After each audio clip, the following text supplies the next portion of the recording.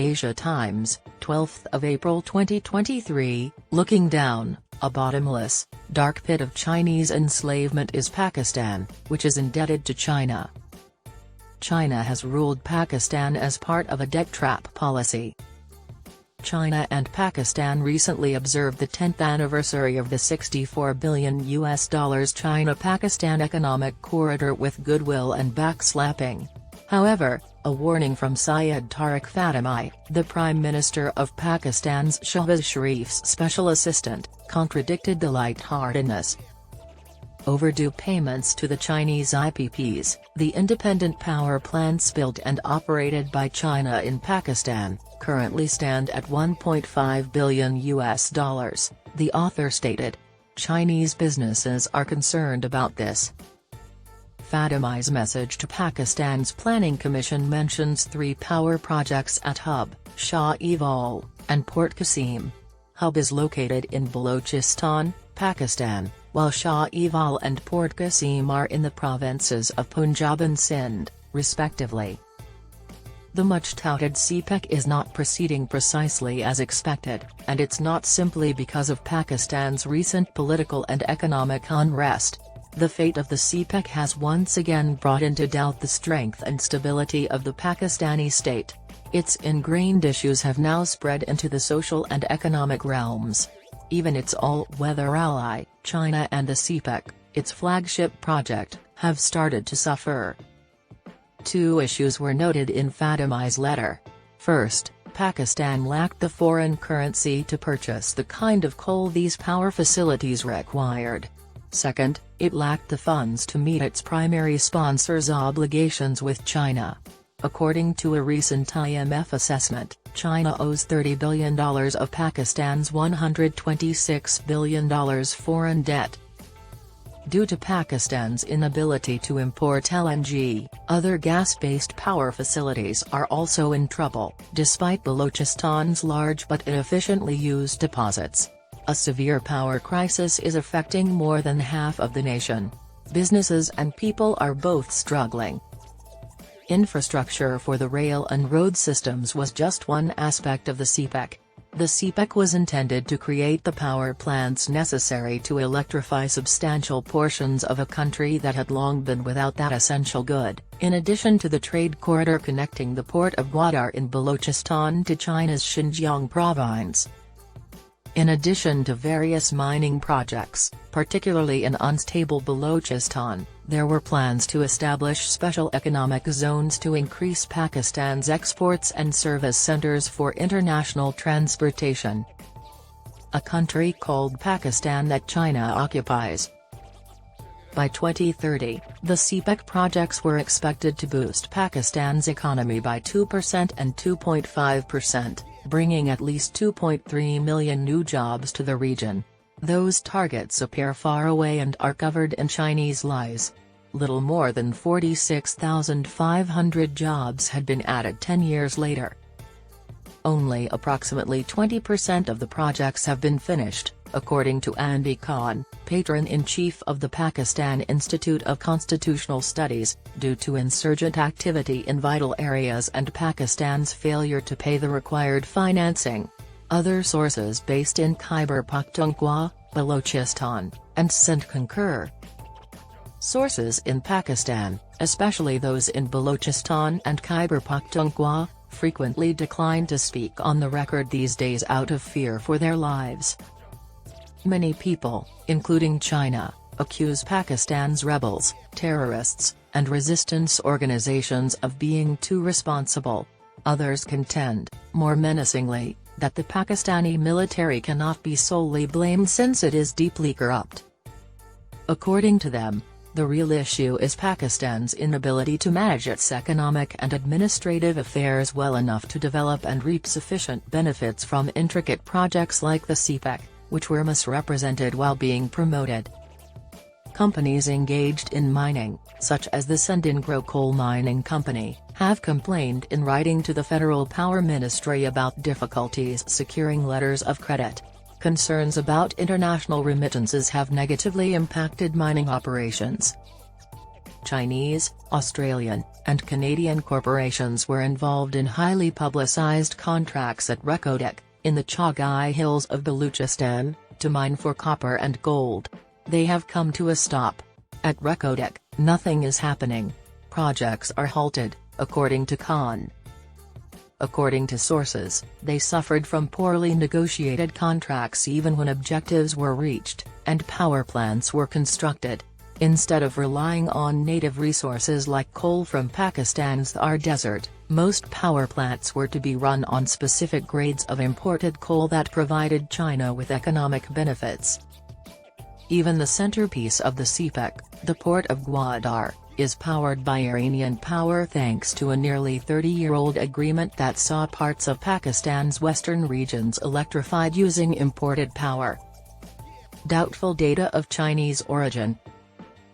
According to data from the Pakistani government, 11 power projects totaling around $12 billion in investments have so far been completed. Another 27 projects totaling $19 billion are in various stages of development, and 36 are expected to be completed by 2030. However, according to CG's sources in Pakistan, this information is false. These planned infrastructure projects are located in Balochistan, making up about 44% of Pakistan's total land area. The president of the Baloch Voice Association, Munir Mangal, has accused the federal government in Islamabad of creating propaganda. He claimed that none of the CPEC projects had been finished. His view may be extreme. Specific infrastructure and electricity projects have been completed, albeit they may not be using all of their capacity. According to sources, completion dates have been moved up, and finished projects run at half capacity like most power plants. Both are currently unknown. Unless China steps in with the required funding and agrees to accept deferred payment once the projects are up and running, Pakistan's financial problems may force it to contemplate further delaying projects. Infrastructure-related data are hazy. According to official statistics, 7 projects have been finished. By 2025, 6 more tasks must be completed, and 12 more must be finished by 2030. A Chinese military fleet was not stationed in any of the 9 special economic zones, including the one at Gwadar that was intended to establish the port and the city as a significant industrial and transit hub. The first 4 are expected to be completed by 2025, but these dates might not be attained. The timelines, according to our sources in Balochistan and Sindh, are not only not realistic monetarily in the wake of the economic crisis but also due to the frequently violent local resistance. Questions about the viability of infrastructure projects are being made more difficult by the status of Pakistan's industry. Infrastructure expenses cover the materials and labor needed to complete a project and its ongoing upkeep and improvement. The life cycle costs are much higher than the costs of constructing a road, railroad, or a bridge. They need continuing sources of income.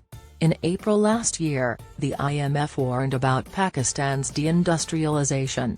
Under the economic conditions of today, this fall would be severe. The lack of foreign exchange indicates Pakistan's connections with Chinese businesses and other global corporations. The nation's central bank has restricted the overseas repatriation of cash, including those that properly accrue to parent firms abroad, like dividends, with only approximately $4.3 billion in foreign exchange reserves, barely enough to finance a month's worth of imports. Foreign loans from China support currency reserves rather than economic gains. According to data from the State Bank of Pakistan, repatriation decreased from $794 million in the previous fiscal year to $182.5 million between July and December 2022-23. China granted a $500 million loan at the end of February. The Industrial and Commercial Bank of China recently approved the rollover of a $1.3 billion loan. Earlier this year, the bank had already advanced Pakistan $700 million. The following few months will see Pakistan pay around $7 billion in debt payments. Will it fall back? Who's good? The protesters contend that the regions through which the CPEC infrastructure traverses are not beneficiaries of the economic gains. For instance, China receives 91% of the profits from the Gwadar port, not Pakistan. According to sources, despite the port's ongoing expansion, very little freight passes through it. Locals think of Gwadar as the ideal analogy for the CPEC. China steals money from the locals. The Overdue Tariq's Mullah Hidayatullah is fighting for the rights of the Gwadar residents. They claim that Chinese commercial fishing trailers steal all the fish, leaving local fishermen with little more than 5 fish daily and occasionally just 2. They utilize nets that swiftly deplete marine life because they grab even little fish. Even worse, there is no drinking water available to the locals. Only the port and the contractors, who live behind chain-link gates, receive it. There is no infrastructure for healthcare or education. According to a source, the police and military frequently fire tear gas and bullets at the Overdue Tariq when they demonstrate and demand their fundamental rights. Hidayatullah is the group's leader. Even the completed projects are troublesome and ineffective, particularly in Balochistan, the federally administered tribal areas, and Khyber Pakhtunkhwa province. Terrorist groups like the Tehreek-e-Taliban and Baloch activists frequently stage violent protests in the 3 provinces. However, according to political expert Asani Chowdhury, the blame may not solely be on the activists or militants. His claim that governmental failure is also at play is problematic for Pakistan. The Baloch insurgents, he continued, are not as big a hurdle as they are generally perceived to be.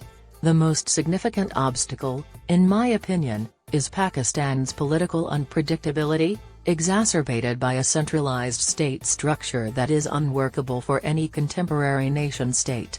Because government accountability is non-existent and officials stand to profit from them, even if more money is given to Pakistan, it is unlikely that it will ultimately help the people. Chowdhury makes a strong argument. To revamp the economy and implement the critical structural reforms it requires, neither the present ruling coalition, led by Shehbaz Sharif of the Pakistan Muslim League Party, nor the previous administration's Pakistan Tehreek-e-Insaf Party have, up to this point, demonstrated the necessary expertise. The threat of terrorism is growing. Negotiations for desperately needed loans with the IMF are always ongoing. In 75 years, Pakistan has received 22 IMF bailouts. Pakistan's military continues to dominate the country's foreign, economic, and defense policies. Later this year, elections are scheduled to take place. Many claim that the army and Pakistan's entrenched bureaucracy plunder economic gains that should rightfully go to the government. With the Islamic welfare state, Imran Khan's PTI provides a cure-all. Simply put, Pakistan's coffers are insufficient to fulfill his promises. As Chowdhury and other observers have shown, efforts fail to alter this due to the election process, which never produces authentic leadership. No party forms a government with a definite mandate and serves the entire term. The army has been in charge for roughly 50% of Pakistan's 75 years as an independent country. The military, or establishment, as the locals refer to it, frequently engages in political engineering to rig elections in favor of obedient candidates. A 5-year term as Prime Minister has never been completed in Pakistan. Only twice have political parties done this. China now wants to keep a 2,000-strong occupation force to safeguard its assets. According to CG sources, China's military is already stationed at crucial locations like the port of Gwadar. Official comment from the Pakistani government is still pending. They claim the federal government will be forced to provide them with formal authorization. If Chinese troops were stationed in Pakistan alongside its navy's ships, which frequently berth at Gwadar, many in the Arab world and India would be unhappy. Pakistan is staring into a very dark, deep hole. Institutional transformation is necessary if it wants to create the capabilities and policies it needs to expand. More than just economic reform is required. If such reform is not implemented quickly, its instability poses an increasing concern to the entire region, from Afghanistan to India and maybe Iran.